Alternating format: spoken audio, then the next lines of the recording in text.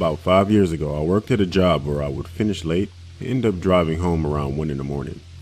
Most of the route I took was in the countryside surrounded by woods. I drove past quite a few people who needed help, so I always had jumper cables, spare gas, and other tools I might need in my car. One rainy night, when I was driving home, I noticed a parked car on the side of the road with their hazard lights on. I pulled over in front of their car and got out to see what was the problem. When I got out, 2 young men in their 20s stepped out. I asked them what the problem was, and one of the men said their car wouldn't start and asked if I could help them. I don't know what it was, but I instantly felt on edge around these guys, like I needed to be on guard or something. I asked one of them to open the hood. I expected one of them to go back in the car and pop the hood. However, one of them just sort of signaled someone in the car. That's when I really looked into the car and noticed there were 2 more people inside. That's when I felt like something was really wrong. I opened the hood and took a quick look. I noticed one of the men gave a nod to the other men in the car. I was believing my instincts at that point and that something bad was about to happen. I quickly thought up an excuse to get back into my car. I said to them that I think I knew what the problem was. I would just go back to my car and get the tool that I needed. I walked back to my car trying to look normal. I remember thinking one of the men was going to attack me from behind. When I got close to my car, I quickly got inside and started my car and drove away. I'm glad I knew it was a trap because shortly after, a car came speeding down the road behind me. Of course, it was the car claiming to be broken down. The man driving kept turning into my car, almost making contact. One of the men opened their window and was throwing what I guessed was loose change and junk at my car. The same guy throwing things then pulled out a knife and started scratching and stabbing at the windows, causing them to chip and crack. The driver turned his car into mine, this time making contact. I had to turn my car into theirs just so I wouldn't crash off the side of the road. I slammed on my brakes and so did they shortly after. The men then got out of the car and started running toward mine.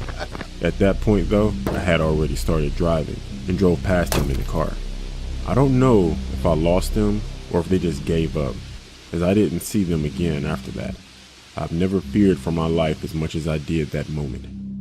About 3 days later, I read on the news that 2 men had been robbed and severely beaten by a group of men who claimed that their car was broken down.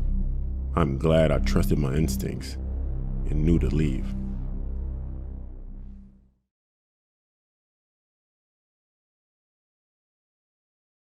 This story happened about 5 years ago.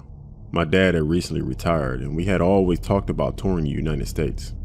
We bought a third-hand RV and began our road trip around America. We were about halfway through our journey and so far we had no problems and enjoyed all the places we visited. The RV had a few problems being third-hand, but nothing too serious that we couldn't fix on the side of the road. We were driving late in the evening around 10 o'clock when the RV started to make noises. That was usually an indication to us that we needed to get out and make a few adjustments. We pulled into a parking lot next to a bar and took a look, and I suggested that we take a little break and had a drink in the bar.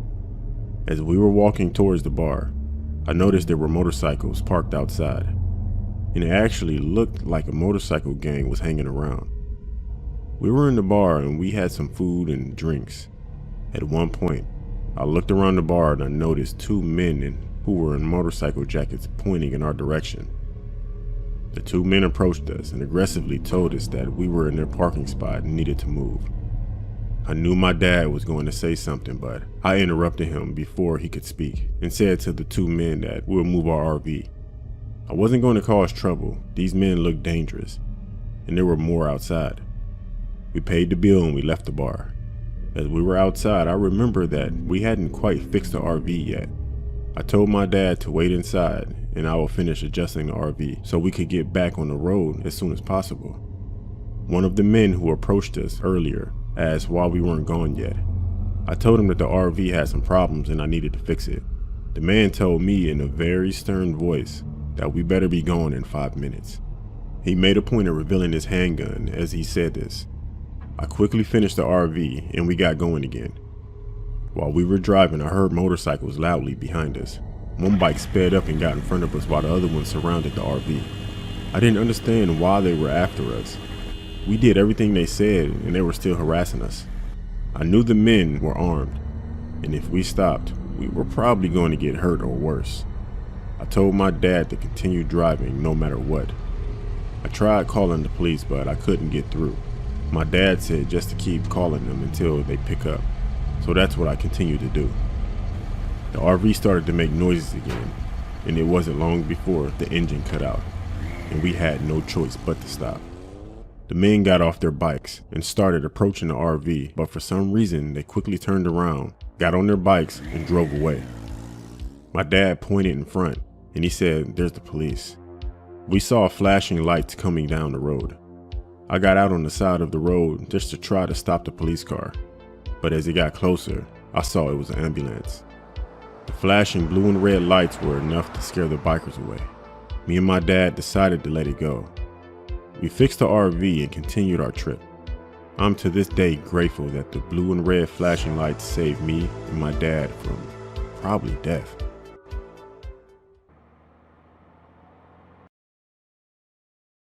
This story happened a long time ago when I was in my late teens. I had recently got my first car, and I would always drive my friends and I around, usually to a bar called Frank's Bar that our friend Peter's father owned. It had pool tables and darts there, so that's where we hung out most of the time. One night, like most nights, I was driving some friends to the bar. During the drive, a man started driving close to my car, beeping his horn and trying to overtake me. One of my friends said to not let him over in order to annoy him. I didn't let him pass. My friends and I laughed at the man's frustration. For some reason, the man slammed on his brakes, nearly crashing into a barrier on the side of the road. We continued to laugh. Then we arrived at Frank's Bar. We had dinner, played pool, and had a few drinks. As Peter's dad owned the bar, we would always stay late past closing time. My other friends had left a little earlier that night, so it was just me and Peter. It was midnight when I decided it was time to head home. I said bye to Peter and his dad, and I left the bar.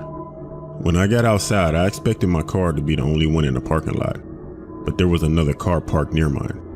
A man was standing outside his car, sipping on a liquor bottle, watching me. I knew right away it was the man that nearly ran off the road. I kept my head down, trying not to make any eye contact, and I got into my car. When I got in and started my car, so did the man. I drove off down the road, and so did the man following me close behind. I barely got down the road when the man started aggressively tailgating it. He drove up beside me, waving his hands at me. It looked like he wanted me to pull over. I wasn't going to, and I continued driving and looked away. The man started beeping his horn, and when I looked back at him, he was holding a handgun, pointing it right at me. My instinct was to drive faster, and the man accelerated as well. I saw my mirror, and the man somehow lost control of his car, causing him to swerve. I didn't see what exactly happened as I was focusing on the road, concentrating to driving fast and to get away from this guy. I didn't see that man again that night, and from then on, I always worried when I went back to Frank's Bar that I would see that man again. Thankfully, I never did.